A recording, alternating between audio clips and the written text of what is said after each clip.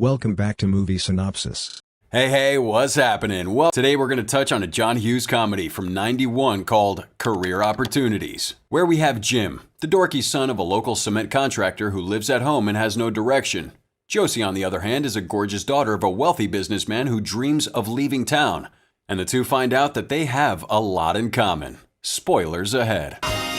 We start off with our guy Dodge, Jim Dodge, a guy reading a newspaper who seems to have it all figured out. Isn't that right, Jim? He's a professional liar. He likes to think of himself as someone who knows what he's talking about, monologuing during his boring day job to a bunch of dogs. He prides himself on being able to make up stories and lies on the spot, but doesn't consider himself a liar. Listen to the dogs, Scooby. They love me. Jim, the dogs were probably just as sick of your crap as your boss was. Oh, and Jim can't keep a job to save his life. He spends more time talking than what he does working, earning himself a not-so-great reputation with the folks around town.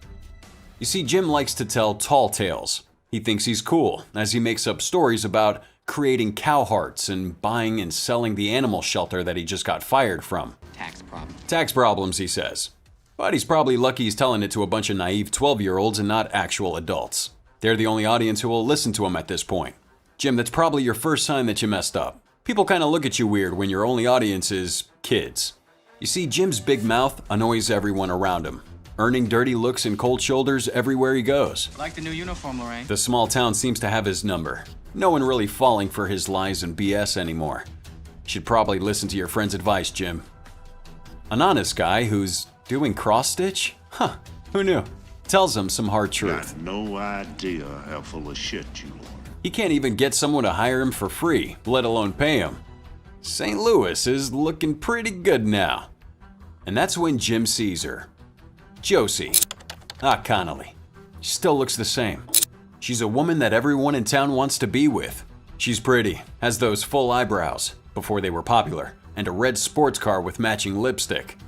And while Jim's trying to look cool with his shades and a cigarette, he's confronted by his pops, who's clearly just as sick of his as the rest of the town. Now his charm is cut short by Daddy dragging him home to dinner. Yeah, man, I don't think he's listening. I had no idea it was gonna be a higher fire situation. At Jim's house, it's a fun 90s family meal with grumpy Dad shoveling food into his mouth as the kids are telling rumors and stories about the people in town. It's clear that no one in Jim's own family listens to him either. They all roast him about losing another job, including his little brother. Well, everyone except Mom. She's a little bit supportive. Good old Mom. Even your sister's less disappointing, and also pays rent. Now Jim's poor dad just wants him to make something of himself. He's tired, like most hard-working blue-collar parents, and he just wants to have his peace and quiet one day. Something that Jim and the majority of basement dwellers aren't willing to give him. God, Jim sleeps like a rock. Poor Jim's dad. All he wants is for his kids to leave the house. I love living at home. Clearly not what he wanted to hear him say. Now Jim needs a job, like most awkward guys who'd rather live at home forever, or his dad is kicking him out and putting him on that bus to St. Louis. He drops Jim off at the only place left in town for him to work at, the home and playground for millions of moms, Target. Unfortunately for Jim, Target is his only hope, as no one else will hire him. He's interviewed by a legend, a pretty sweet one at that, and thanks to some confusion in Jim's ability to bullshit, he nearly landed himself a pretty good gig. That's until his boss realized it was a mistake. Oops. Well, the swagger and confidence almost worked. To his disappointment, now he's just the night cleanup boy. Well, I'm a little overpaid for night cleanup boy. Not even a janitor. It's a terrible title. That's definitely more his pay scale, though. Sorry, Jimbo. Next, we meet Josie's father, who's some big-time dude that runs the town they live in. He's the kind of guy that doesn't take crap from anybody, especially the governor. He's also the kind of guy that doesn't want to supply jobs or bring new work opportunities to his town. Why? I don't need jobs. Because he's an asshole and he can. What's an even better way to flex on some guys you're trying to intimidate? You show off your super hot daughter, that's how. Come here. Well, she'll show These him. gentlemen. Yeah. Josie, come on in. Make everyone really uncomfortable. Cue the naughty behavior to embarrass your father in 3, 2, 1. Bob looks out, but not poor Dave. No smooches for you. Dad was definitely not happy though. You did today. I'll beat the living daylights out of you. Now we cut to some bad guys from the newspaper. Whoever did the witness drawing of these two needs a new job. They're lurking around in the woods, looking for a car to steal. Who has a station wagon in the middle of the woods? Oh, right. It was a time when people used to drive to remote locations just to make out. No one's heard of the Zodiac Killer. Oh well. Pretty sure there were easier and better ways to find a car, but that's just me. Speaking of cars, Jim hires a limo to take him to work for the first day. You know, since having his dad drive him is embarrassing. He's that guy that just wants to have nice things even when he can't afford it. Don't be that guy, Jim. Trying to look cool when you're not is more embarrassing than your dad driving you to work. Ah, I see. Jim wanted to flex on his 12-year-old fan club. These kids are gullible. Jim honestly has a complex, or something's wrong with him, I think. The arrogance and narcissism is real. Now somewhere in the store, our vixen Josie's using her big coat and rich people boredom to steal from Target. Apparently Josie doesn't know she's loaded, or just maybe she wants to get caught. Or maybe she just wants to piss off her dad. It's gotta be one of those. Jim staring down the barrel of a gun. Jeez, maybe he should call HR. As he's getting the layout of his job by his gap-toothed and aggressive night shift manager. Are you lazy? Man, no wonder they needed a new employee. The boss probably killed him. Retail work clearly has this guy unhinged. He already seems to hate Jim, or maybe he just hates his job. You know what a grazer is, boy? Jim's brain buffers as he wears his Target jumpsuit and gets locked inside the store to complete his bitch work. It's alright, Jim, just accept your retail prison. You know, you count yourself lucky, buddy, because I could think of hundreds of millennial moms that would love to live at Target. It's too bad it's missing a Starbucks. Wow, I'm actually impressed. Ah, never mind. I guess at least he's trying. Until he decides to take a break. Probably shouldn't do that. That guy did point a gun at you. The threat of death is not enough to scare Jim into getting back to work. He's that employee that never wants to do their job. And now I can see why you've been fired so many times. So while trying to go to bed, his parents are reflecting on how they could have raised him better. Meanwhile, Jimmy's working on creating his own little garage band and blading around the aisles. And he sees a ghost, or Josie. The hell's she doing there? Well, having a new friend to talk to while locked inside Target's pretty awesome. But Jim wants to know why she's there. What are you doing here? She wanted to get caught shoplifting, to disappoint good old dad, cause he's too rich and doesn't give her enough attention. Two people with daddy issues. Looks like we have something in common. Jim takes Josie on an impromptu date sponsored by Target. And she isn't afraid to call him out on his motor mouth. Ah, Josie, hit that nail on the head. You always talk this much? So now Jim thinks it's a good time to light up a cigar. Really trying that cool mafioso vibe. He takes the news a little hard when Josie brings up that people call him the town liar. You're the town liar, right? Jim, come on, man. You can't really be surprised. Well, he tells her that people call her a tease, which she's not surprised by. I can see that. They talk about how they feel their lives have fallen short, yet Jim's content with staying at home and living with his parents. And we all know how much Jim's dad loves that idea. Like most young people, she just wants to break free from her father's controlling nature and calls Jim out again for lying about being comfortable at home. The kids always think they have it the worst.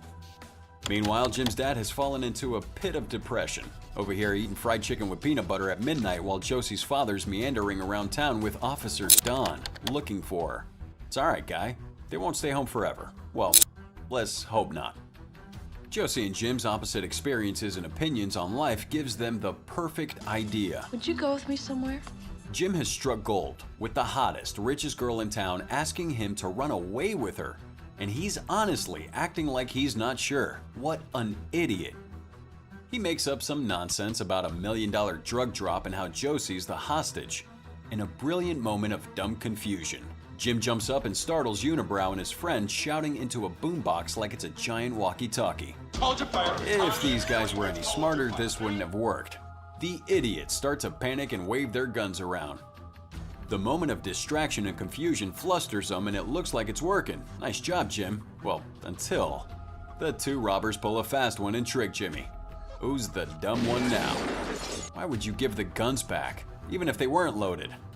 Somehow, he managed to metaphorically shoot himself in the foot, going from being in control to being held hostage again, all in a matter of minutes.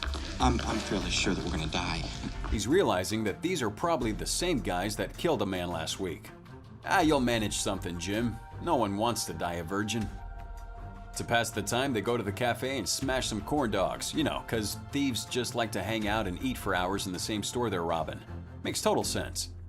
For everyone's entertainment, Josie decided to hop on that little riding horse and give it a go while those three men watched. Even while insulting them, they can't help but stare as she gently moves back and forth on the barely galloping little horse. Well, obviously, she knows sex sells. Unibrow clearly has a thing for Josie as she continues to tease the robbers. I'm not sure why he's rubbing his chest like that. Who else is uncomfortable? Josie's talents at being a devious master manipulator become obvious to Jim as he's watching her convince these thieves to proceed with robbing the store. She has that unibrow practically eating out of her hand.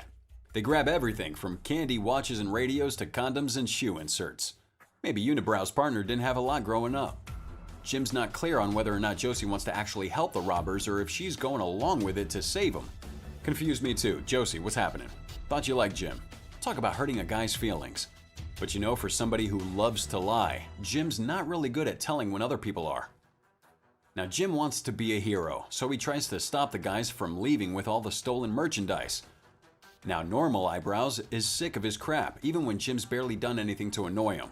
Jim's definitely had enough things shoved up his ass after listening to him talk about his epic wedgie years in high school.